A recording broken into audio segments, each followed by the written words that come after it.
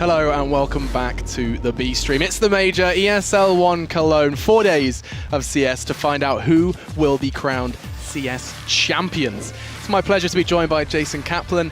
I'm Alex Machine Richardson and we have got a cracker of a game coming up for you guys. Now we just saw Envy best flip side in a very convincing fashion, 16-3 the score. And if you want to see Envy on form, feel free to watch that, but they were not tested. That was our closing call. Yeah, I talked to Renegades after, and I'm like, yeah, that game was kind of a stomp 16-13, and I think it's Havoc, or no, Yam was saying, well, what do you expect? You're playing Envious on T-side Inferno, like, you're not going to get many rounds on them kind of thing. So maybe Flipson, you go back and look at the whole veto and what necessarily went down for that one. But this next match, Luminosity against Kinguin, this will be a good game. This is going to be an insane game. Yeah, it's going to be absolutely insane, and I can't wait to dig into what both of these opponents have to offer. Let's do it one by one, though, and let's start with the Brazilians. Luminosity are here under a new name. Let's see what they had to say.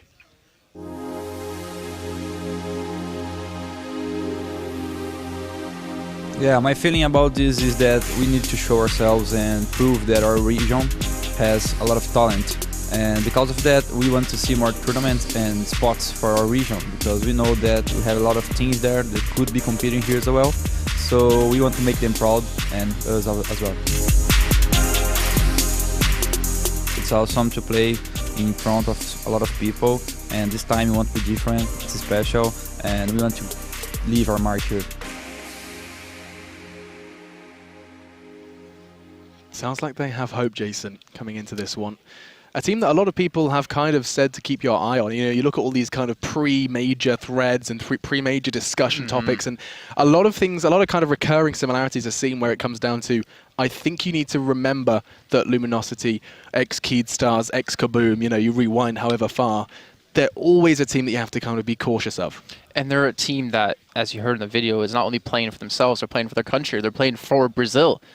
They're representing North America here as well. Like, this is a team who has a lot of people behind them. In the Brazilian scene, you don't really seem to hear much about them, but there is so many people that watch games across the board, whether it's League of Legends, Counter-Strike, you name it, they watch it, and they have a lot of pressure on them on that alone. Not to mention the whole fact that we talked about before, they had an unknown factor come into the last major. Not a lot of teams knew exactly how they played, but now they've been in North America for a long time. They played in the ESL, ESCA Pro League, they played in a lot of other tournaments as well. Teams know how they play. The question comes down to, can they win when teams know how they play? Have they adapted enough? Have they kind of set their own game the way they want to really make this work? And we have, you know, Cold Zero coming in for ZQK in the team. And there's an interview with Luminosity, with HLTV, saying that he's brought a lot of good things, a lot of good strategies to the team. And they're feeling really confident. Not to mention all the teams we talked to said they're the team to beat. Yeah, for sure. I think that Cold roster swap actually can't be kind of covered over because it's actually, it came as a surprise to me, and I think a lot of people, when you saw that change up, because of course we don't know the inner workings of that team, we don't know relationships, we don't know how that kind of synergy lay. Seeing ZQK get chopped up, he was always a player I felt was quite comfortable in that team. He looked very, very competent. Seeing him taken away, and for the relatively unknown factor of Cold Zero, or we're going to be calling him Cold, seeing him come in, and immediately the first thing I noticed when you saw the interview was he said, the team feels better about this. I don't think it was necessarily a case of ZQK underperforming. More so, it was the same kind of thing as Envious, where they were like, we need to change things like at a dynamic level. Not necessarily gameplay, more so we want to feel better as a team. I mean, you take like the best 5 players in the world and put them on a team together, they're not necessarily going to be the best team in the world. I mean, you need to have a team you're comfortable with, a team that you really synergize and harmonize well with, and not to mention, you know, not only in-game, but out-of-game. You know, you're living with these guys, you're seeing them 8+ hours a day, you know, you're talking to them. You have to be friends with each other to be good teammates first. Evidence of that can be found with Cloud9. Those guys with these 2 new additions, you know, your Freakazoid and Skadoodle, everything seems to be gelling so well for them. They've got a real good relationship. You watch any interview, you can tell that's just 5 chums playing Counter-Strike. It really is. Working out together, which is the funny thing. Like, everyone on that team is getting ridiculously buff. Yeah, including their manager. They're all doing it together. Yeah. But, I mean, enough about Luminosity for now. We should look at their opponents. A very exciting team who've kind of risen, smashed together and said, you play good now. And they most definitely have been. Let's look at Kinguin. Our new coach, Legia, based here in Germany, I would say. He's bringing a lot of different ways to play the game. Aggressive, defensive, and in the middle, it's especially in the middle of the aggressive and defensive playstyle.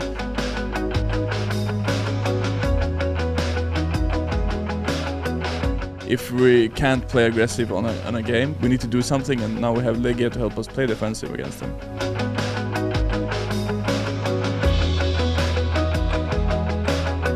Our main goal right now is to go through to the playoffs and play at the Lanxess Arena. That would be something that everyone in the team is looking forward to, and it's going to be amazing to play there. And I feel that we're ready to do it and to compete against the best.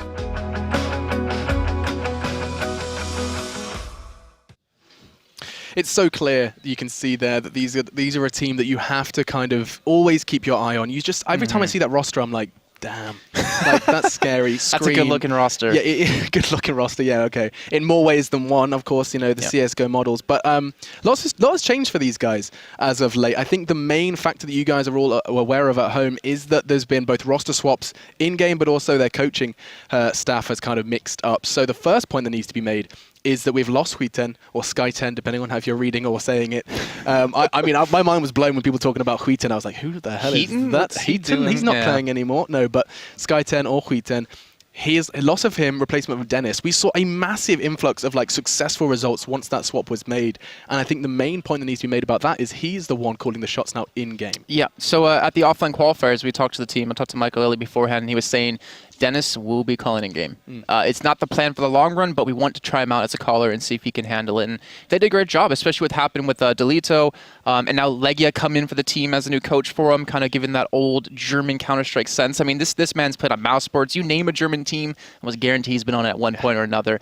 But for me, like the real challenge, and you heard Michael talking about it a little bit, is not necessarily their egos, but they can't get ahead of themselves kind of thing, right? They need someone to normalize them and someone to be like, you know, guys, you can have the biggest ego out of game, but if you can't win a damn game, then, you know, you can get the hell out of the team kind of thing. Like, you have to stay focused. And I feel like these five have melded really well together. You know, no one gets too cocky.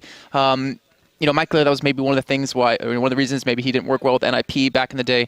But they've been really solid as a team, and they've really come together well these past few months. Yeah, and I mean, that's something that's kind of come down to that initial factor where people said, can you know, you're all hungry to be an all-star. One of you is going to have to say, no, that's not going to be me. But right now, of course, we are looking at Luminosity, their roster for you. Fallen Steel, Fur, Bolts, and the new man, Cold Zera, as he's going to be kind of being that new factor for them. Intrigued to see how much he can do. And I mean, for me, he's that unknown factor for both us, but also for his opponents. He's going to be coming into this one, maybe mixing things up a little bit. Of course, taking that AWPing role. And they've said he's a very standout individual for them, in their opinion. Well, I was also, you know, back when ZQK was on the team, him and Fair ran an amazing double-up setup.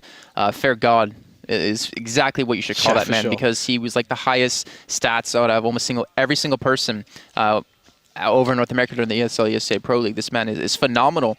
And we talked about the whole double-up setup, or the double-up potential out of a team. One thing Luminosity really banked on was the double-up setup, and when they couldn't get a stable economy, they really struggled.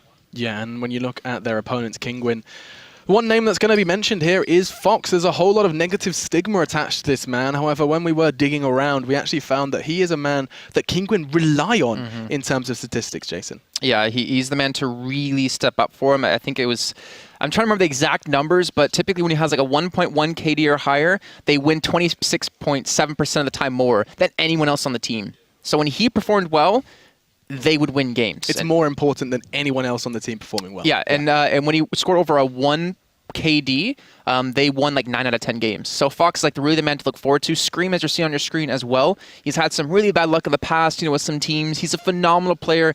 If you guys didn't put him as like the highest headshot rating from Group C for the Pick'em Challenge, you are an idiot. That man is the man to go to if you want to see headshots, and he will tear many faces off this entire tournament. Yeah, absolutely. I mean, I'm just casting my eyes over the 10 players that are about to go head-to-head, and I'm looking at Scream. 66% headshot ratio across 2015. And I mean, the highest over on, let's have a look at the opponents. 51 for Fur is the highest over on his side of things. So there's a big discrepancy there, but that's because Scream has this playstyle that no one can really replicate. He has this playstyle where he does have a huge priority on headshots, both spray downs and, of course, those taps. And I remember hearing a lot of players talk about, I think it was Hiko, the one I'm trying to cast my mind back to, saying that's actually sometimes not a good thing, the fact that he just clicks. You know, you have to be able to spray, and he was saying that, like, when we go up against them, or teams go up against them, like, all right, well, if he misses those first few shots, well, he's an easy kill because we can spray him down and he can't do that back. If we overrun him with more than one person, he's screwed. But he's adapted his playstyle a little bit more. He's finally started to realize, yes, I need to start spraying a little bit more when the time comes. But you can't deny this man. I mean, I remember watching him do like some aim map kind of thing where he's just like swiping left and right to click on a dot.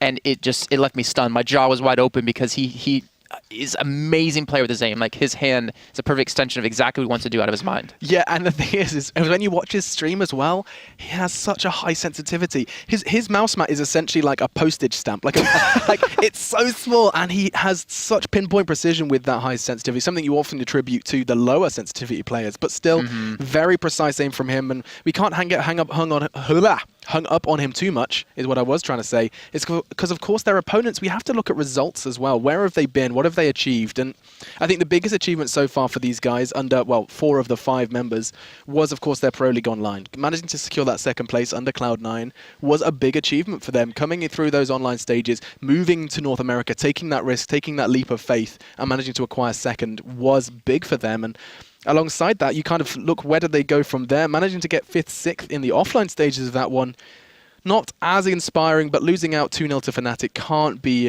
sniffed at. Yeah, it's Fnatic. Like, I mean, what do you really expect up against him? I really want to see how well they can perform when it comes to a major like this. Like, last time they got, a Legend team, they're obviously one of the teams that were invited back because of how they performed. They went up against Virtus Pro. They had some really close games, Overpass going into overtime. But keep in mind, they're playing against the home crowd favorite. Like, that's really tough to do. But I think they've, the game in-house they've had, they've adapted really well. A lot of the strategy has been given away, but they know how to play. And I think it's going to come down to this map veto as well when we finally get into it. Yeah, and I think maps is an important factor looking at Kinguin as well. A team that they have had kind of a lot of problems losing to a lot of teams. Like, it's not very necessarily, sometimes you see a pattern emerging where a team constantly comes up against the same opponent and constantly struggles. I mean, evidence of that can be found against NIP, where they just seem to constantly bash heads with Fnatic. But here, though, Kinguin and Luminosity, 2 teams that are relative strangers to one another, not played at all against each other yet. This will be their first taste of what each other have to offer, and I think it's going to come down to that preparation. We said before, Jason, that this is the kind of the beauty of coming into this one, is these maps, these first few best of ones are the ones that the teams have known about. They can see who they're going up against beforehand, and that preparation can most definitely be present. Who's going to have done it more, though? Well, we'll find out. And just reminding us at home and how the whole major's working in terms of groups, because it is a little bit different than the other majors that have happened before. We have a little bit of a different system when it comes to the losers match. So basically, the loser of the winners match, whoever they played against in their first initial match, will be shuffled out of the group. So for instance, we had Envious beat Flipside, and we're going to have this game happening as well. So let's just say Luminosity wins, right? So it's Envious versus Luminosity in the winners match final. Say Envious beats Luminosity. That means Kinguin, who lost in the first match, will be rotated out of this group and put into another group, and someone new will come in to play against Flipside in the losers match. Right, exactly. Because Flipside would maintain the group. Yeah, they would stay in it. So it's a structure so that they don't get knocked out by the same team twice. Yep. That's the entire kind of reasoning behind it, the justification behind it, and we're going to be interested to see who does get knocked down and kind of shuffled around. It does mean that there's a little bit of unpredictability. You don't know who you could possibly be facing multiple times, and that keeps things interesting for us at home and the viewers. It rewards the players. It rewards the individual teams that know how to prepare well and play the map that they want.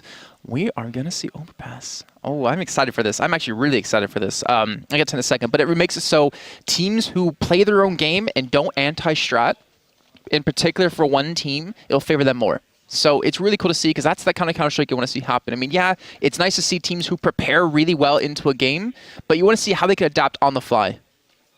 And we'll see how they adapt going into this map. Look at those bans as well. Dust2 and Inferno taken away by the Brazilian side, and Kinguin opting to take away Mirage and Cobble. You're saying, of course. No surprises for you, yeah. I mean, what were they? Well, Kaboom playing against Fnatic, ClutchCon, I think it was. Or it was MLG, one of the two, and they beat them. And that's where they really stormed onto the scene, beating Cloud9 as well. Mirage is a strong map for them. But that kind of worries me at the same time, right? So, like, say, you're this one team that's really good on a certain map.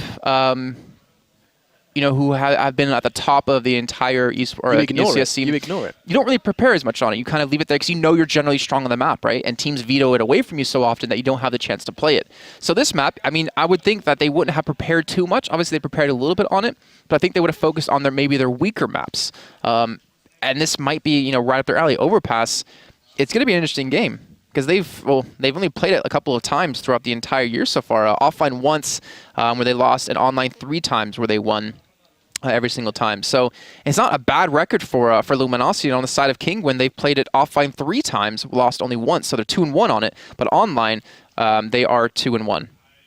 So I mean, for this, I think the main point that needs to be made is that, you know, if you haven't prepared, like if you know that teams know you're good at Mirage, it's something that I think Luminosity are well aware of. That's what they're kind of focusing on at this point. It's the same. The same can be said for Renegades. It happens exactly the same time with them, whereby everyone knows that Cache is their most preferred map. It's the highest win rate. It's the map that Cache, if you're Australian. But yeah, exactly. That's the point that they've made, and they've said, well, you know what? Everyone's going to be taking it away from us. We have not really touched it too much. It's the same can be said for Luminosity. Going into Overpass, though, it's going to be intriguing to see how this one transpires. And I mean, Jason, we regularly see CT sides kind of dominate here, and I think it very well may be time for us to get on into the action. All right, so Luminosity going to be on the CT side, Kinguin on the T side, and like you're saying, the CT side relatively strong on this map. I want to see how the teams are going to hold it, though. We've seen some really aggressive plays out of some teams on the CT side, pushing up towards Fountain, and, you know, kind of speaking that we do have that 3-man stack towards the A site. Again with the double kit, though. It's something we were seeing time and time again. Actually, I was talking to Henry G about this. He's saying on the pistol round, you only really need 1. 2 is a little bit of an interesting one, but made that choice, and now looks like the T side are on the rampage, charging forward on the warpath towards this A site, but the CTs are there. It's going to come down to aim then, as what numbers have most definitely been determined. Plenty of time, but already Rain finds the head of Fur. Here comes the response, though. Bolts his nade, 300 well spent as it lands into the top pocket of Dennis. There's only 1 smoke as well, and they're going to go back. They're going to look towards B, maybe, or maybe try to pull a little bit of a fake. They do smoke off towards the stairs, but you can see they're in connector. They're looking to go straight in towards B, where Bolts will be the only man defending, and that double kit it might come out really well, but they've lost all the utility. All they have is decoys, and Bolts, can he hold on to this? They're going to come charging straight through. Yeah, Bolts has no problem on towards short. Don't forget the backup is there, though, in the form of Steel. He's over in upper. Bomb going in, so that's going to be time kind of set upon the CTs, but they have a little bit of utility. You see throwing out that nade, trying to find something, but Fox is in the trade-off, and he gets it onto Bolts. Now a 3v3. Health pool's similar as well. Michael holding towards water, but I don't know how much Steel can do from this position. Back and forth, it's Scream after all. He should be able to find that head, but doesn't. And Makalele's doing it for him. Fallen, now down and out, and it's going to be Makalele again. He swings around from short. Scream wraps it up, and it's an easy finish for Kinguin as they pick up that first round. A slight cheer comes from the All-Stars, and they're going to be happy to put that one on the board early. And that's one thing I actually like about Overpass and Cache in particular, is the fact that you can kind of throw smokes, a set execute towards a site, and rotate towards the other one immediately, and catch teams off guard. That's where this map gets really tricky, and where it comes down to having a very smart in-game leader and a team that can read the other team well. You know, you need to realize if it's a fake or if it's actual commit on towards a site. And you saw, they rotated everyone towards A, they lost control towards B. Instead of rotating anyone from B, flanking over towards A, they kind of sat all towards CT spawn, and that was really unfortunate for them. And when we've seen this position before, what was it, Penta up against Penta's SK? Tri-boost, though. This is actually just using the jump scout. Yep. It's a very smart positioning as well. Gives them a whole lot of information very, very safely. Of course, jump scouting being a little bit of a kind of low-risk strategy. And the thing is, there's a 4-man stack over towards this B site with the 2-man and then Cold Zera just trying to hold, just trying to gather information instead of getting a little bit too aggressive. But Steel and Cold have invested into the head armor, Fallen investing just into the USP and a nade, so only buying up the grenade to really manage his economy with. But I like how Kinguin are playing this one really slow. They realize this is a major, guys. Like, we don't want to get too aggressive, too cocky. We want to win these rounds when we know we should. And with 48 seconds left to go on the clock, they're going to be moving over towards this B site. They don't have really much to work with in terms of smokes. They do have a couple flashes on Rain, so look for him to be the real man to help his team enter the site. It's just a battle for intel. I think Fur's going to be the first one to kind of gather some sort of information, desperate to find something with the Deagle, but no, that's going to be lying on the floor now as it's Steel who takes over the mantle with 2 with the CZ. That's huge. Fox finally chimes in with 1 in response, but this is a 3v3, and Steel trying to do more, but Fox a little too sly.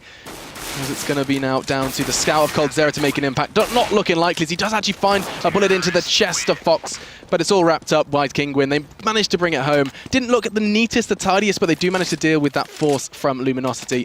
And now it's just going to be that very solid P250 eco. See, that's the kind of executes I like to see out of teams. Like, yes, there wasn't a lot of smokes to really use, but the thing is, they executed with like 30 seconds left instead of leaving it down to like 20 seconds or 15 like we saw just in the game prior with Flipside, because they realized when we get in the site, you know, Steel, who picked up 2 quick kills with the CZ, you have to kind of account for that time you're going to lose trying to actually get the kill onto him and get the bomb down. So well done by Kinguin. They do have 3 AKs, able to salvage the one from last round that they lost. And Michael Elliott just going to be sitting with a Tech 9, so looking to maybe invest the op over onto this man. Again, you know, Fox and Michael are both fantastic oppers, but I believe Michael Elliott has been the one to take the mantle for that.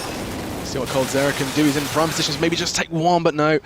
Scream having absolutely none of it, and there is a heavy presence over towards Long. Rotate from the CTs is coming in, and they're just going to be desperately trying to take a couple of weapons away. Make this as expensive as they can for Kinguin. Already Makaleli at the front with just that Tech 9. He can shred through those unarmored CTs with that pistol, and he's going to do just that. Steel doing the flashbang dance does get put to bed, and now he looks like he's going to potentially find a second. Oh my god, he thought he did it. Finally swings around to finish his job, and teammates are right behind him as the bomb goes in as well. Could not have been better for Kinguin in that round. Yeah, clean round. Exactly what they wanted to see, but here we go into the gun round. This is what we really want to have happen for Luminosity. They pick up the op. Fallen's going to be the one carrying that first team at the moment, and the rest on M4s. They don't have a lot of grenades to work with, though. Not a lot of flashbangs. They're sitting on 2 in 1 smoke and no kit. This is going to be tough, and this has to be a sign for Luminosity to be aggressive in the beginning. They have to push up towards Fountain, catch him out, pick up an early kill, and take that man advantage and fall back. Yeah, let's see what Fallen can do. He's not going for the aggressive party peek. He doesn't want to take that risk, and I mean, understandably so. When you've got such limited utility, you don't have that backup plan. You don't have the smokes, the flashes to get out of toilets if you take that risk. And now, T-side are going to let things slow down a bit. They think Fallen has got a lot on his plate. He needs to be able to pick this one up. They've got the boost as well, so a lot of coverage towards middle. They're not going to be letting the T-side take control of that, which is something we see more often. Yeah, they get up a lot of long control, and I think Fallen realizing how slow Kinguin are going to be pushing, he's going to rotate back now and gather information. There's no one there, but look at this. They're going to overrun for, he's got to hit his shots here with Cold. He's looking to maybe back away. There's a minute left on the clock, and Rain, Fox, and Michael are pushing through. I think they spot him out. Coldzera's down to 6 health. How on earth does he be chunked down so low, so fast, and now he's going to be tested? Fortunately, Fair is there to babysit. What was that? The double. Makaleli and Fox brains splattered across Overpass, and now Dennis and Scream are wondering where it all went wrong. 3 seconds, 3 frags, and now Scream and Dennis starting the offensive towards B. Not going to happen though. Still finds Scream, and I think Dennis realizes that this has gone too perfectly for Luminosity. Coldzera was shrunk down to 6, but that's the only real leeway they found. And this is going to be a very solid round, considering the risk they took with the buy. I mean, they had no utility. Yeah, Dennis is not going to get much off of that. And remember I said earlier about, you know, Fair, they call him Fair God. You see right there, that spray control in the transfer was phenomenal. 2 quick kills in the matter of a second. And then you had Fallen from the side to pick up the kill as well to stop them pushing through the restroom. A great hold. And that's what we want to see out of Luminosity. If they wanted to take this gun round, they need to get aggressive in the beginning, get that early control, take it away from Kinguin because they've been playing so slow, and punish them for it. First round on the board for Luminosity, and we're seeing Kinguin buy up again. Yeah, and they did it with no utility. I cannot emphasize just how amazing that is, considering it's Overpass CT side. You see time and time again just how important and reliant you can be on smokes, mollies, flashes, delaying the T side. They did it without. Now they have the entire arsenal at their disposal, and you're seeing that molly towards Monster doing exactly what the doctor ordered. Now though, Scream, the headshot machine, is on the hunt, on the prowl, and 3 Ts are there as well. He's not going to be able to find the head because Fox is doing it for him. That's 2 CTs down, and they're going to be storming into this site now. Still on the hunt, Rain does it as well, and this is looking like a mirror opposite of what we saw just the round prior. Fair and Fallen making decision. Do we save? Yes, we do. They're on the run. I don't think Rain's going to let them, as he is most definitely just smashing them down with just the Tech 9. Steals the rifle. That's 3 in that round, and he didn't even need a rifle to do it. Yeah, and we were saying before with the end of his Flipside game, is that Flipside kept like showing their hand when they executed. They said that the set executes very scripted. You see Kinguin there, what did they do? All right, no flashes, no soaks, just walks 3 straight through Monster, enter the site easily. I mean, that's what catches teams off guard, because you expect the smokes, you expect the flashes, you expect to have the read on them, and counter it with counter flashes, smokes, nades, whatever it may be. Yeah, and seeing Fox get 2 entry frags as well. He strolled into that site and took a double, just like that. Click of the fingers, drop of the hat, and now it looks like we're going to be seeing a very tagged up Makaleli hunting for something onto Fallen. It's going to be a traded out nicely. That's 2 quick connections with the Sky. Finds a 3rd as well. He's done damage, and that's really solid when you know you've got Steel with the CZ on site. And if Steel and Bolts can hold Kinguin back long enough, Fair's already rotated over towards Fountain. He could go towards T-Spawn if he wants to. But Kinguin are playing this one still, realizing we're already tagged up very heavily. Let's make them think that we could potentially going back towards A. But Steel, he's been in this position before. He picked up 2 kills last time on the 2nd round. Can he do it again? He's only going to have to hit the heads. That's all that's going to be there for him. And he's going to find one. Surely that's not two. He could have done it again. One down to just 8 points of health. It was Fox. His teammate managed to make the damage, falling with the scout, making that look easy. Fair's behind him. He's going to spot them out as well. This could be the perfect flank. 50 seconds to go. They're taking too long. And Kinguin are going to get caught off guard. Nobody's watching it. That 8 damage is going to be enough. coldzera found one with the deagle. Fell with the double. And that should never have happened. Nothing in their hands of Luminosity. And now everything as they turn that round on its head. Oh, Fair, he took so long to rotate through, but what he did at the end, it mattered, picking up that kill on that 8% HP. A great job, Kinguin again. They took too long to enter that site. They lost most of their utility to make that one happen, but Steel, again, he picks up 1 kill. He gets the ding onto another, but the most important thing he did there was stayed alive as well. He sat in pit and just waited for his teammates to come in, delayed. It kept Kinguin from pushing towards site. You would imagine if Steel died, Kinguin's going to be there in a snap. Look at Fur, suddenly finding a little bit of confidence as he goes for the peak. He hasn't done that before. But kind of reminding the T side that they can go aggressive as well. Expecting an early push, and actually that spray a couple of seconds too early, but he has the right idea, and I think he's going to be holding this angle perfectly towards restrooms. The T side taking their time this time. Does have support in the form of Fallen. As nades raining out, and it's going to come down to what these 2 Fs can do. F for Fur, ready on waiting on the restrooms.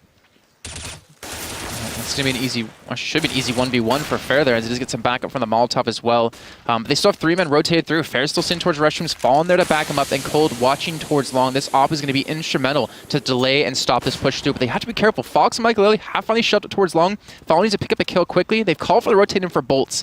Kinguin are going to have a very difficult time to penetrate the site. I don't know if they can pull this one off. As you can see, Luminosity are getting aggressive. They're pushing into this team. Kinguin are not going to expect it. They've abandoned the site. 3 members make it 4, charging forward, and now Fallen going to make his presence known. Fur is there to wrap around as well, and the T side have their trousers around their ankles, wondering, well, how on earth are they all around toilets? And now Makalele's left 1 versus 3. He realizes every angle is going to be held. 20 seconds. Molotov hunted down, but he does catch Fur midair, backing away with 54 points of health. And he's wondering if he's going to be allowed to do it. And actually, hell, he's going for it. He's going to try and find another frag. Does dart onto the site, hoping Fallen's going to be checking it. He is, but Fallen prevails. And that's the 3rd for Luminosity. Yeah, so, I mean, we're going to see him fall back there for a second, but he knew Fallen kind of had the sound to know him doing that. So instead of dying after the time and losing the op, he died within time to keep his economy going, to stay within the team and not kind of be behind. So it was a smart play by him. I mean, you kind of look at like, oh, why did he go in? Why did he not save? It was a smart move. It was well done by him. But Luminosity, we've seen that happen actually at the European qualifiers.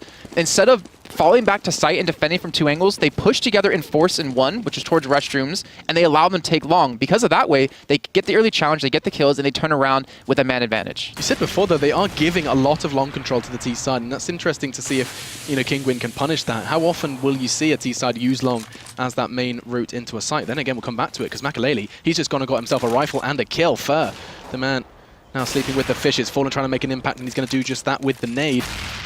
Or not, as he just shaves 1 damage off of Makalele. Unarmored as well. This is a really risky spot, too, because they can see his gun from here. He's just trying to catch the glimpse of the head of Makalele. But he doesn't know if anyone's towards long. Rain's going to be the man to challenge out on that one. He's got to hope coldzera can help him out and get out of his position when he does need with maybe a nice timed flashbang. But it's only on Steel at the moment. They don't have a lot of utility, a lot of grenades to work with in this round. The bomb is still sitting towards B, where Steel's the only man to defend. So this is Kinguin throwing a little bit of a fake towards him towards A. But Makalele, with shots like that, can definitely make this one stick. Hell, this could be a 3rd, and it's going to be Makalele, the impact fragger. 3 with that AK snatched away from Fur, and now it looks like Steel and Bolts going to be piecing this one together. Tries to find the final frag onto Scream, but not going to happen. They're hunting him down, and now hell, Bolts, he's got it all to do. He's found 2. Scream incredibly low, but that's not going to stop him planting. And I think if Bolts had just gone for that bang, he might be able to take Scream out of this one. Gets away to safety though, and this could very well be the round for Kinguin. It shouldn't be. They have absolutely no reason to get away with this one. Oh no! They're not going to check it. Scream! He's pushed up too far. Oh, but he stops it. That could have been it, but still has a hope of it. Pushing on towards Dennis. He gets it, and Bolts brought down to 8 points of health, but still manages to acquire the round. Kinguin testing them to their max there. 4 kills, and if he just stuck that, he would have had the defuse anyways. But he's like, you know what? I can get the defuse later. I can get the 2 kills on top of that. Wow, well done by him. Tying things up at 4 apiece. We have a game in our hands, so this is what we expected. And again, we mentioned so many times during the entire show so far that we've heard so many good things about Luminosity, so many good things about how they're performing in their boot camp, and I think they're bringing that here today. Yeah, absolutely. It seems to be time and time again. Oh, gee, I was going to say Fallen goes aggressive, and he's going to do it again this time. How far does he go, though? It's maybe a connector peek, maybe a peek towards Fountain. He's going to go towards Fountain. His teammate did this just the round prior, and here it's going to be a flash waiting for him. Doesn't stop him, as he doesn't quite connect the shot, but he wasn't, didn't have his vision obscured. And now this round's going to take a bit more of a standstill pace. You know, we talked about long control. Look what Fair is. Look what he's done this time. Well, they're feeling confident enough for Fair and Cold to push up because of Fallen in that early game, or the early pressure towards Fountain. By seeing them not cross over, he's like, all right, well, we have this control. Let's send men here, and you can see on the minimap, they're already rotating through. Fair's going to be coming behind towards Connector Scream. Going to pick up the headshot there. But there's 3 men on towards the B side. They know the bomb is over in this direction, and Cold, he can pick up the pace if he wants to. But because he's playing this one so slow, and well, the reason he's playing this one so slow is because Kinguin hasn't given away too much towards B yet. With the Molotovs and everything raining through, Cold's going to pick up the pace, and Kinguin, they're going to be in trouble. Steel picking up one. That's going to be a potential second. It is, as McAlady and Dennis are down. Bolts does the same. 2 doubles for the 2 players. Fallen is there to wrap it all up. And another big round from Luminosity as they are making their presence known. 4 in a row for the CT side. After, of course, the initial 3 gathered by Kinguin. They're starting to look a little flimsy. And again, we're going to be seeing the Force come in. It's going to be Tech 9s and Armor. Let's see where they choose to go with this one. Overpass, a map where that B site is super vulnerable to an armored Tech 9 side. They did it with a buy. Can they do it with the Tech 9s? Looks like they're going to be going for just that. Well, it looked like they Just were as heading we that say direction. that, yeah. But again, they could go for like the non-scripted execute towards a site, especially with the Tech 9 and the Armor buy-up. But Fallen's going to be challenging on longs, so he's going to be able to spot them crossing. Dennis, Fox, and Rain have headed over towards restrooms where Fair's pushed up. He's got to be very careful. He doesn't want to lose this gun, most importantly, knowing they're up against a force buy like this. And knowing what Makaleli did with his AK just a few rounds prior, as he has got players on either corner. He's going to go aggressive. This is actually really smart. He's going to be able to find the bomb and Fox. It's a second. This could very well be a third. And it should be. Scream still kicking for now. Last couple of bullets. And the frag. And neat and tidy. The Brazilians acquire the 6th. I like the way Fair played that too, because of he pushed up towards restrooms, right? And he heard them coming through, you know, the back side of him. So he turns around, gets the kill, and then when he sees him flanking over from the other side, he pushes up a little bit just so he's not in kind of line of sight of the guy towards restrooms, picks up another couple of kills, stays alive, and just shuts them down completely. 6-4 for Luminosity. Fallen still on the op on the scoreboard. 10-7 for Fair. 8-6 for Bolts. On the other side, though, Dennis being relatively quiet at 2-8. Yeah, Dennis, of course, the in-game leader. Maybe sometimes the in-game leader effect is there on the scoreboard, but looks like that Molotov's going to be perfectly placed from Steel. Slows him down. I think they're pushing over it. They are. They made that decision, the executive decision, to try and push straight onto the site, get some early presence, but a flashbang pushes them straight on back.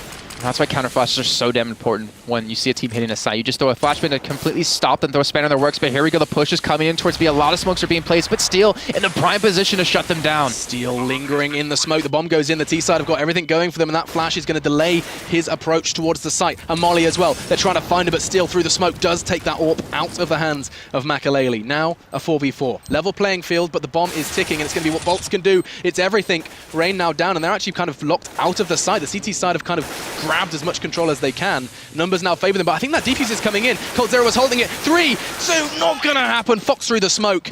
And that's going to be a round for Kinguin that there was much needed. I think that's going to be their first in about 5 rounds. It is 5 rounds in a row for the CTs. Finally, Kinguin respond. That's a little bit rough too, because Scream wasn't in a position to rotate towards short quick enough. But luckily, the rest of his teammates there towards long to really help out. And Luminosity might have been able to pick that up if they got the bomb maybe a second or 2 earlier. But either way, Kinguin, they finally do pick up another round after being on a downward spiral. Now the question comes to, can they string together a couple more rounds? They've been hitting this B site quite often. I'm looking actually over the course of 11 rounds, and 7 of the rounds so far, they've gone B. Definitely a very unique thing for Kinguin when A is typically the site to hit on with the set smokes. And Fair, he should not win that trade. Never should he win that trade, especially considering they were anticipating it, despite being given long more often than not. Now Fallen is the one on the hunt. Does he expect the numbers to his left? I think he's got a teammate there. The flash is going to be perfect. Oh, this is beautiful. Steel is going to push around. The flash wasn't good enough, though. I'm completely unblinded by that. And Dennis, I think he maybe caught a glimpse of Scream as well, at least heard him. So he knows there's at least 2, and Fallen has that cross on lock. So he's basically made this now 2v4, because he knows exactly where 2 of those members are. And until he catches them crossing, and again, that flash is going to enable them to cross. They don't choose not to, though. 50 seconds and he doesn't connect the shot. Well, that was really close, but they have everyone on the side of Kinguin pushing in towards me. There's a 3-man stack here, and Bolts, he's just going to stay alive. He's just going to back away and delay for time. 40 seconds still on the clock, so the bomb can rotate back towards A. Fallen, he spotted him out, but he doesn't connect the shot. Brings him down to 35.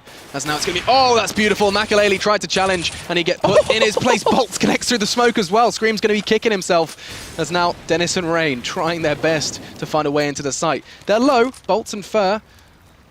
48 points of health between them.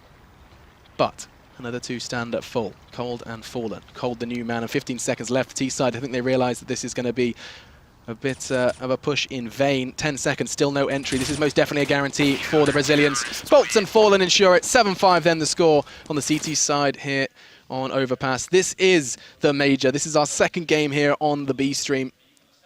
And already you guys are viewing in your masses. We're breaching numbers that we wouldn't have dreamed of for the final not too long ago. And Bolts in that round on 6 HP picked up 2 kills. Gets screamed through the smoke, gets a second on top of that. I do want to point out one thing though, is that you're seeing Fallen be so comfortable towards Monster at B.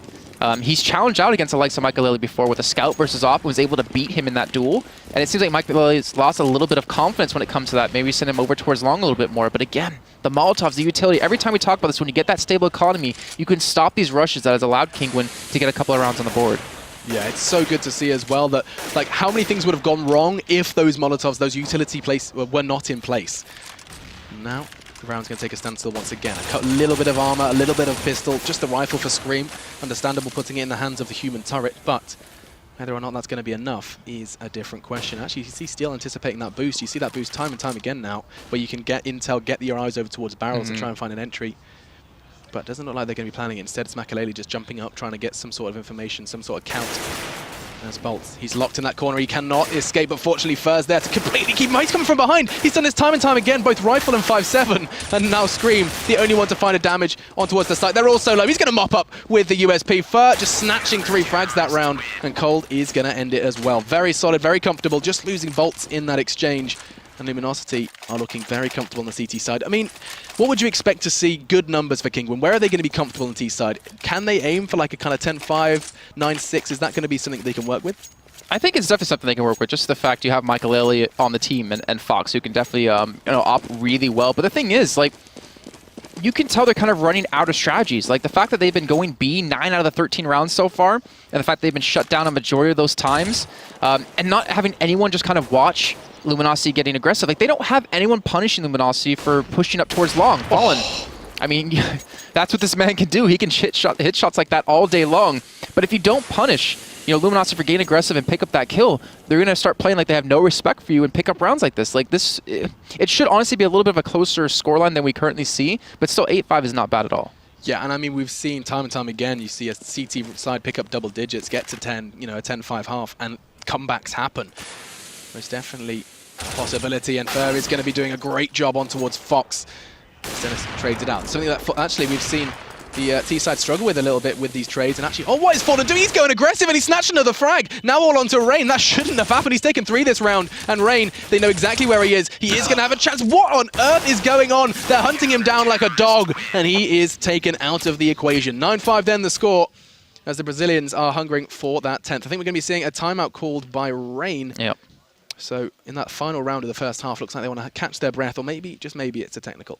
That confidence. Now, I think this is going to be like maybe a talk. It's the final round of the first half. They want to get like a 9-6 scoreline on the board to be looking a little bit stronger. I mean, we can see them actually straight ahead of us with Legia right behind them, helping coach them through. But Luminosity, the rumors have been true so far. I want to see them on the T side to be, to see a little bit more of their strategy, kind of their execution.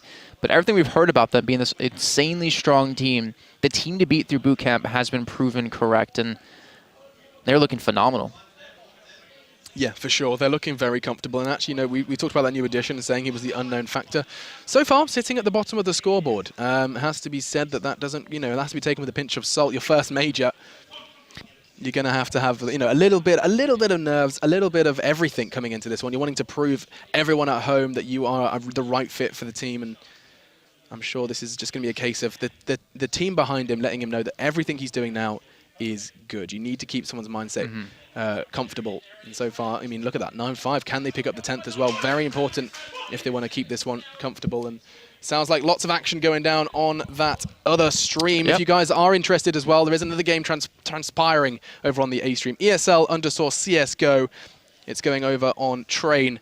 And it's TSM Renegades looking comfortable. 4-0 to the Australians. Yep, they are looking great. And, we had the opportunity to see them actually playing in our studios, and they seemed very confident come into this. And, keep in mind, if they win this, they're one step away from getting out of groups for the first time for them. That would be insane. That would be. Seeing Renegades, play more than 2 games at a major would be great. Well, think about their brethren team as well, Immunity here. If they can see Renegades do it, they could potentially pull it off. But as we're seeing here, Luminosity, The reigning legends from last season going down to Virtus Pro. Still remember that game on Overpass and how close it was and how insane the crowd was on top of that. Up against Kinguin, the team who's made for the major. The team has had individually some damn good success when it comes to that. Michael getting second with NIP back at DreamHack 2014, where LDLC ended up winning. Well, it looks like the pause is still sticking through, and I'm 99% sure it's not technical because I don't see any of our admins behind them. So this is them just talking things over, trying to decide what they want to do coming into this last round. Yeah, I mean, all headsets are on. I think Rain would have made it more obvious if it was technical, but still. Crucial round for them. How is their economy looking as well, Jason? So is this kind of is that the extent? It's like nothing. They just got pistols and armor. They really didn't have much for this round. And you know, the whole reason of taking like a pause at this point is to talk about their CT side a little bit. I want to say, but also most importantly, you know, if you're in a game and you're playing and you see a 9-6 scoreline, that's less daunting than a 10-5, right? Like seeing 2 digits compared to 1, it's completely different in your mindset. And you know, between these two teams, mindset is a big key when it comes into this. You know, if you look at, you know, kills and deaths across the board, Fox at 8 and 11, Michael only won actually even at 10 and 10, and Dennis at 5 and 11. But we talked about Fox. You know, typically when they win games, when he's at a 1.1 KD or higher, he's more impactful. Or he's like 26.7% more likely to win with him than any other person on the team having a higher rating. Yeah, and I mean, while we're talking about, you know, numbers and Fox, we saw him getting a couple of entries charging in towards B, you know, just that double that he snatched away not too long ago. He actually has the, I think it's the highest entry frag rating over on Kinguin. You know, you have players like Makalele, Scream, all kind of competent individuals in finding entries both with the AWP and rifle. However, he sits there with the highest rating. So, I mean, he's definitely a player that you have to keep your eye on. Both with Tech 9 armor and a rifle, because he's been doing it with both. I mean, the thing about Kinguin is we can see insane moments of brilliance out of them. Like, think back to when they played against Virtus Pro not too long ago. I think it was at Face It, actually, Stage 2 finals, where they 16-0'd them on cash. Like, since when the hell do you ever see a 16-0 ever happen in professional, you know, kind of scene? You know, the last one I can think of in my head besides that one was when Renegades helped qualify through beating Neckbreak 16-0 on Inferno. So it's definitely something you don't see often. They have those moments of just fantastic play. And, you know, T-side's always hard to do when you're a newer team. You know, it's always hard to kind of perform well because it comes down to really, you know, synergizing and harmonizing well with your team. CT side's usually where, you know, a brand new team can really work well together. Yeah, for sure. And actually, talking of 16-0s, how insane that result is. I've got a very, very cool statistics provided by HLTV. They did a big kind of numbers stack whereby we saw CSGO result distribution. If you caught your glimpse of that one, it was insane. So across the board, online and offline, you have a 10%. 10% of the time you see a 16-0 between 16-0 and 16-3. At the major, that number is 12. So I mean, 12% of the time you see 16-0, 16-3. At a major, though, we have never seen it. Online, just a little bit. But at a major, we have never seen a 16-0. And it's time, though, for us to jump back into the action. Fortunately, we are back. And let's see what Kinguin can do off the back of that timeout. 1 round separating them from the first half. And let's see if they can stave off those double digits. And again, aggressive on long. 3-man stack. Like, this is also the opportunity for Luminosity to talk things over when Kinguin goes in for the talk. But look at that, the flashbang. That is an instant sign, a telltale that Kinguin knows they're pushing long and they've been aggressive towards it. But the thing is, there's no one really watching back. It's just going to be Scream. If he goes down, they're going to be completely cut off. And the A side's left wide open. Rain, Fox, Dennis, Michael going to charge straight into the site and get this bomb down. Look at the overview. 4 Ts, and there's no one waiting for them. Fallen's the only one who's got a chance to rotate. He's the one from B. And now Bolt's making his presence known at party. He's going to be celebrating. There's now 4 remain. Makalele equals it, though, onto Bolt. This is comfortable as the bomb now goes down. And Kinguin, they've just been gifted this site, handed to him on a silver platter. As now, the T is trying to keep this site safe. Cold Zero makes it difficult through long. And Makalele, he's actually pushed up. He wants to try and catch them out here. Going to be happening too there as Dennis onto Fallen. The AWP now out of his hands, and the Ts do continue to fall. The retake is a success. And Luminosity, they took a gamble, they took a risk, and they do just about manage to pick that up. Imagine if the T side had weapons, though. I'm just imagining, like, if anyone goes back and looks at that round and they're colorblind and don't know the names of the teams, they'll be like, all right, so the CTs have 4 men pushed up middle. All right, that makes sense. But we had Luminosity send 3 towards long and 2 pushed out towards B. Yeah. Like, they went full aggression, and they didn't really even catch him off guard. That's the funny thing. It was coming down to that front situation. Like you said, if Kinguin had guns, that could have been a different story. But unfortunately, all they had were the pistols and the armor. And Luminosity was able to pick up that round on the retake. So 10-5. It's a good first half for Luminosity, but now we're going to find out how powerful Kinguin can be on the CT side. I think this is the half for them where they can really open things up. Absolutely. It's going to come down to that start as well. Can they have the start that they crave? That solid 3 rounds. They got it in the first half. Let's see where that pistol round does take us. I'm seeing nerves on the face of the Brazilians as well, as this is their debut. This is their debut as Luminosity, as the new roster with Cold. This is again for Kinguin. This is their first time sitting at the major. A new team formed as a team aiming at the major. That was where they set their sights. You know, when those 5 originally were formed, of course, a couple of names were different, or rather, just the one, kind of deleting Delito. But those were formed because they were aiming for the major. They wanted to do something special, and they've got this far, of course, battling their way through the offline qualifiers. Can they do it? Now they're here. Securing the spot. Now they need to secure the win up against Luminosity. And 10 rounds puts them in good stead, especially if they can get those initial 3. Not something we're going to be seeing too likely on Overpass, but I mean, Kinguin managed to do it just beforehand. I mean, Kinguin had a great start. They had a fantastic start to the entire thing. It came down to that first gun round, and not to mention how expensive players like Steel sitting tucked in on site at B made it with that CZ. You know, Kinguin weren't really able to get that control of the game, that stable comment that they wanted. And not to mention, Michael just didn't really feel, to me, that confident on the op. Again, I go down to that 1v1 aim battle between the scout and the op, where I believe it was Fawn who had the scout up against Michael at the op, and he killed him. Yeah, killed him outright. 2 shots with the scout. And you can't be missing shots like that when you're the main opper. And that's when I go back to talking about the whole double op, players of the team. Not the setup necessarily, but the fact that if your opper's not feeling confident, you can switch it back to someone else. Here we go then. It is our second half here in our second game here on the B stream. Luminosity up against Kinguin, and the CT side are going aggressive early towards that connector area, but not gonna go for the peak just yet. This is gonna take a little bit more of a standstill, and Rain first to show face.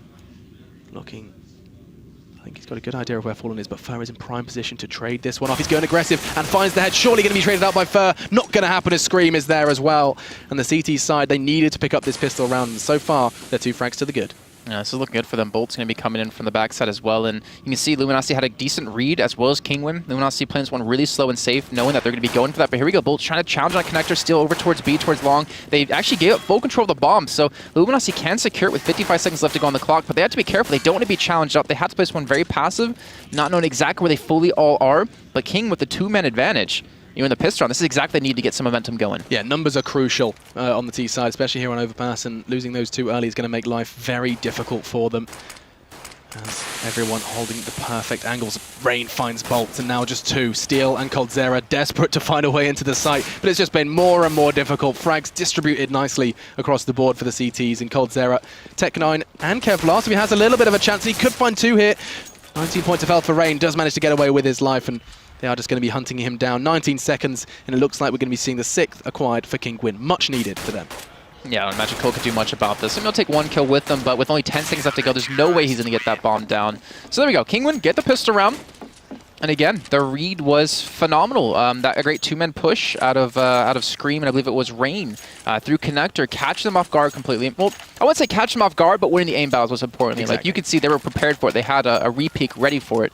But they got the early aggression, and instead of continuing to be aggressive after those 2 kills, what they do? They backed away, played it safe, played it slow, realizing, guys, we need this round. We cannot mess this up. This is the major here. There's no mess-ups allowed. Yeah, and it looks like Luminosity are looking to reset that money as well. Going for the force, got the Tech9s and the armor in hand. 3 of them as well with head armor, anticipating some rifles and SMGs rather in play. Now, where does the T-side choose to go from here? They don't want to get that early disadvantage. Losing those 2 early completely hindered them and cut them kind of out of that round. Rain on the jump for intel. The downside of the way that Kinguin are playing this A side is that they're not using their guns to their advantage. They're not using them, keeping them at arm's length. They're not trying to go for the long-range challenges. They let the Tech9s get up close and personal, and that's where things get really dangerous. But that first smoke going to come in. It's going to allow them to push in towards site, not to mention the flashbangs. And they have all 5 men charging in. Rain and Scream, can they hold on? This should be theirs, but Bolts has already found the entry. Fortunately, Makaleli there with the scout to respond. Scream again with the FAMAS. The T-side should be shredded here. There's just 4 points of health. Isn't going to stop Scream. Actually, it is. Bolts there with the Tech9. And hell, this is going their way. 2v2 now. Makaleli incredibly low. You could throw a paperclip at him, and he would die. And looks like it's going to be Coldzera again. This is insane. 2 each, and now it's down to a 1v1. And Makaleli thinking about the leap of faith there. I was just thinking that. Don't hit the ground. Don't hit the ground and die. Now, 7 points of health. 83 for Coldzera. That's 2 shots with the scout. Or aim for the head. Man. Makaleli thinking about it, the pressure is mounting at the man, looking to try and keep their economy stable. Coldzera holds the perfect angle, and a Luminosity fight back with the second round on the second half. That could have gone really bad for Luminosity too, because they had the great smoke off towards Bank and towards Stairs to stop them from seeing them come out long, but they didn't have another smoke over towards Optimus to allow the cross through into side to get the save plant down. Scream, he got overrun, and if he just would have stayed alive, he could have shut down that push, but Luminosity investment, it pays off for him. They lose the pistol, they pick up the second round, and they're forcing Kinguin to just be on pistols, and yeah, Scream even with head armor on this one, that's actually a little bit interesting out of him to go for that, because now he's sitting on 0 money. The rest of his team has, 12 to 1700. Yeah, that was such a crucial round. Kinguin needed that one. Letting that slip has almost cost them this one, because Luminosity, they're going to start rolling now. Unless Kinguin can kind of respond straight away. And you're already seeing like a difference between the two teams. Like T-side Luminosity, what are they doing? They're sitting back, they're letting Kinguin push and get aggressive, catch him off, pick up a kill, and then work off that. On the other side, Kinguin, they were playing a lot of men towards one side. They weren't watching for these pushes, and Luminosity were able to get behind them constantly. Yes, it's not really a buy round, so we can't really look at it too much just yet. But when we get into that one, it's going to be interesting to see a Kinguin going to play and steal. Again, just waiting for them to push, waiting for them to get aggressive and catch them off guard. Yeah, I mean, you can tell that's exactly what Kinguin go into this one saying, like, let's get a couple of weapons and start rolling. But the T side a little too wise for that trickery. As Bolts has actually got his own signed Galil. You can see that. He's got his own Sharpie out and signed his Galil. But Coldzera in the meantime finding Scream, and this should most definitely be a comfortable 12. And I like the way Luminosity are playing this one. It's just so smart. Like, they're not going for any 1v1 challenges. They're going for like the 2v1 so they can win out like flat, right? Yeah. Go for the trade, if anything. Don't allow them to pick up a gun. Keep a stable economy. They haven't lost a single man. They've barely lost any health in this round. And now Michael is going to be up 1v5. He maybe will get a kill, but there's no way he can win the round. Coldzera has actually risen through the ranks of that scoreboard as well, as he now finds himself at the middle. He was sitting a little lower down beforehand, but it's all just a bit of a team effort at this point. He's got a FAMAS, and he's desperately trying to keep himself in it. Fallen says no, though, with the scout, and that's going to be 12-6 then, the score. As Kinguin, they're running out of room to maneuver here.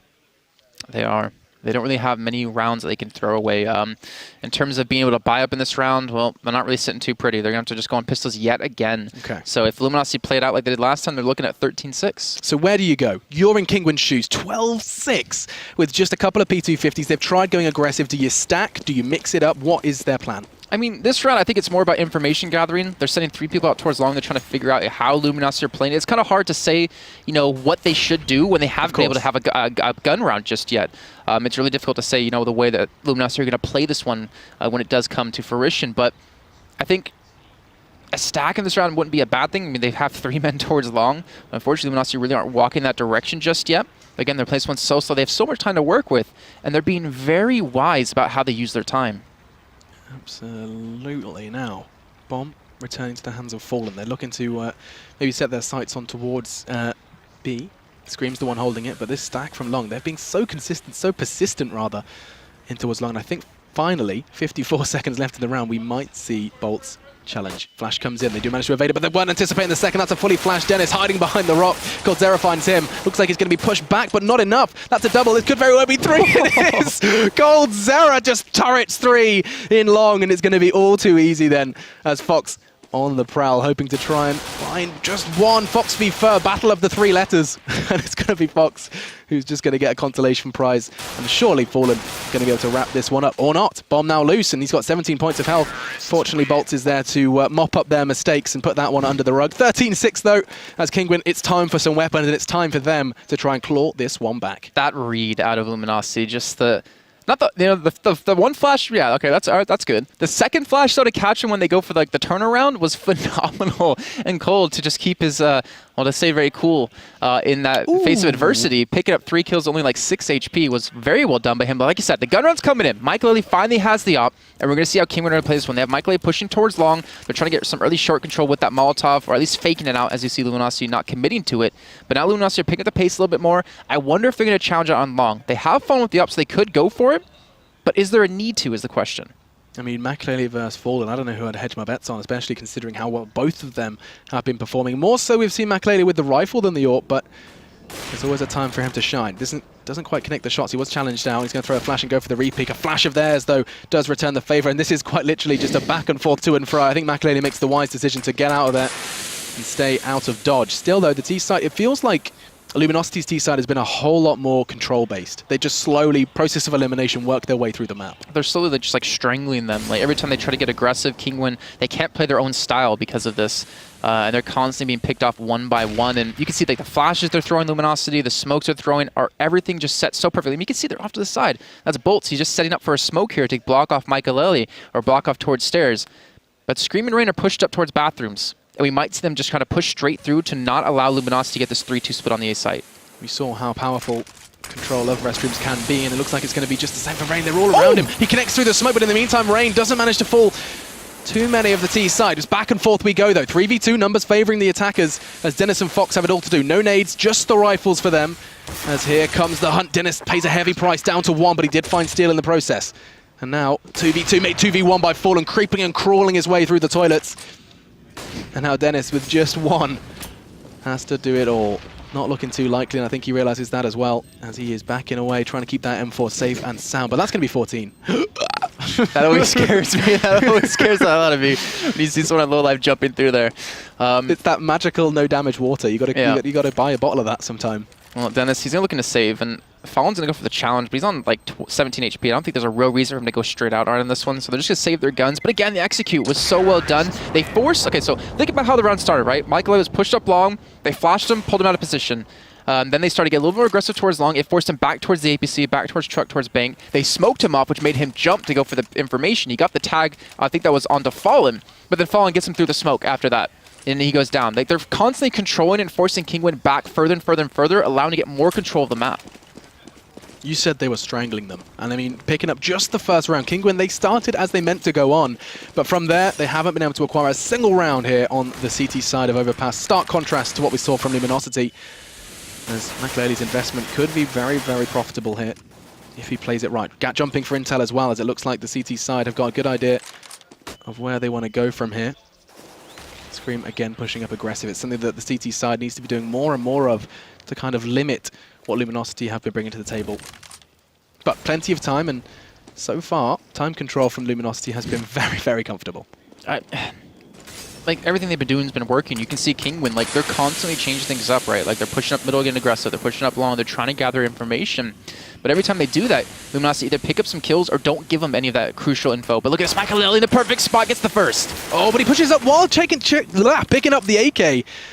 And Bolt put him in his place. That looked like a very prime position to be in, and now Dennis and Fox are readying themselves for this hold on towards B. 40 setting their sights on this site. Scream's there to kind of hold his hand to some degree, but he is in upper. And Dennis makes his whereabouts known. Bolts is considering the plant as well, but Fallen's doing all the work for him with the AWP in the meantime. These CTs need this site, but Bolts snatches another one away from them. Just 2, kicking and screaming. Desperate to keep 15 away. Bomb in 35 seconds then for 2 CTs to do it all. Not going to happen lightly. T-side holding steady, and Bolts is just continuing to make it difficult. This is another round for Luminosity and Kinguin. They've been given chances. This was their 4th. And it's not going to be happening yet again. And he's pointed out, like, Bolts, he had the bomb, he could have planted, but instead of going for the plant, he goes for the challenge. He's like, you know what? Let's just turn this, 4v or this 5v3 or 5v4 into a 5v3, and let's just kind of make you sit back already. Rain, I think he's going to get 1 kill, maybe a second. But with 12 HP, he's not really going to be able to accomplish too much off the back, especially when Luminosity have so much economy to work with. But they played that one so smart. And now they are 1 round away from getting through into the winner's match. 15-6 up against Kinguin. Kinguin's debut has looked a little flat, and that's all down to the fantastic play from Luminosity, looking just downright clinical on some of these holds. And I say holds, that's right, when the bomb goes down, those sites have not been retaken at all, looking very, very pure once they get that bomb down. Now, though, let's see where they choose to go with those rifles. Just 3 FAMAS for the CT side. A flash between them. Just 1 nade is all they have to work with. So it's going to come down to fragging capacity. Something they don't lack. Nice, though, as Furt does manage to get away with his life. Not same can't be said for coldzera, though, as it's a 4v4 for now. But the bomb is loose. Yeah, they did what worked for him in the pistol round. Pushing people straight through into connector, but they're still down a man. 3 frags away from picking up the first one here. This is how Luminosity aim to start. Starting not necessarily just with a win, but winning with a convincing win against a team like Kinguin, who have been a bit of a question mark to critics. Some expecting to see them really rise through the ranks here at the Major. Others expecting them to be presenting results like this. It looks like answers are being provided here in Cologne.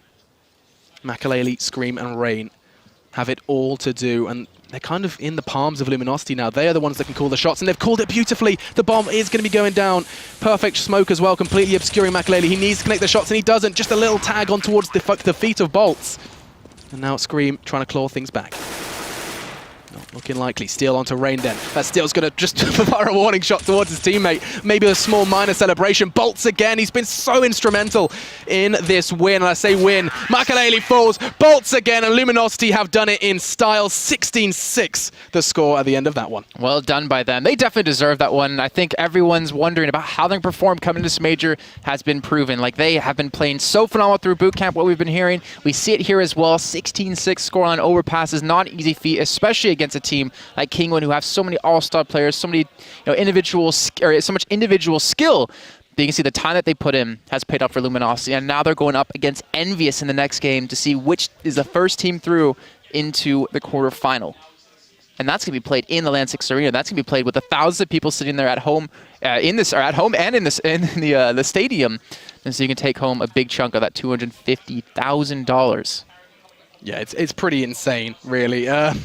Absolutely kind of terrifying to think just how, like, one win like that takes them just heads and shoulders above Kinguin.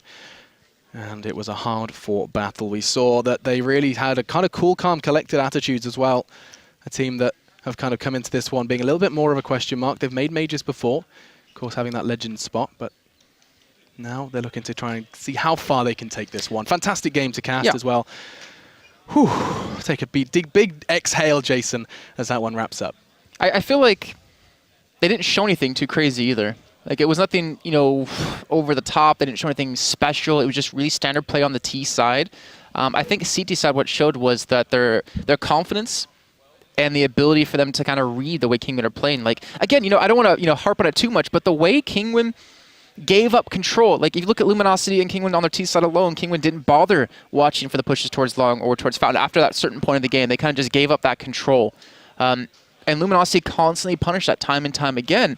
It's just Kinguin, they wanted to play a little bit more fast-paced than I think Luminosity wanted to let them play. And because of that, I mean, they ended that kind of scoreline. That was just really well done. I mean, 16-3, now 16-6. We've seen some real kind of... I mean, what do you expect? It's a group stage, but we came into this one. I cannot explain just how excited I was to see the debut of Kinguin versus Luminosity. I was expecting, overtime. Give me an overtime, please. I will be so ready to cast that. But, again, equally as exciting, seeing Luminosity on form. Something that, again, Jason will kind of, you know, keep harping on about it, but there's a real reason to it, is that Luminosity were beating everyone over at boot camp. How much can boot camp be kind of brought into the major, we'll see. But already, good signs from the Brazilians. More stuff is going on right now, though, guys. I have to keep reminding you, the A stream is going on as well. ESL_CSGO. Renegades up against TSM. They started well. Things have gone a little downhill for the Aussies, but we will be back. I say we. It'll be Pansy and Henry G bringing you the next game. Virtus Pro versus Immunity. Stay tuned.